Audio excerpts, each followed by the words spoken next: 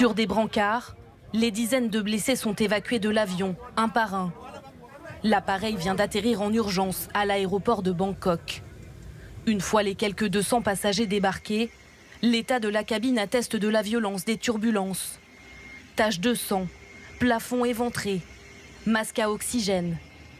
Et au sol, le corps d'un homme décédé, un Britannique de 73 ans.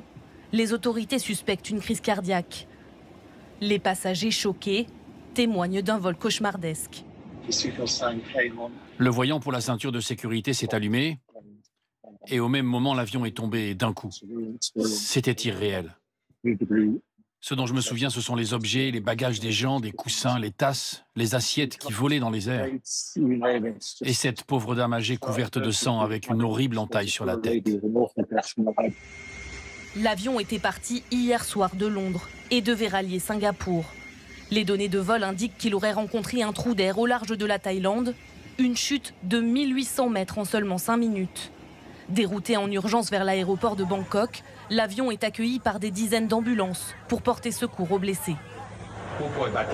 7 passagers souffrent de blessures critiques. On compte aussi 23 cas de blessures moyennes, dont une hôtesse de l'air, et 25 autres passagers ont été légèrement blessés. La compagnie Singapore Airlines, qui assurait le vol, a présenté ses excuses aux voyageurs et ses condoléances à la famille du passager décédé. Le ministère des Transports de Singapour, lui, a annoncé l'envoi d'enquêteurs à Bangkok pour déterminer les circonstances exactes de ce drame.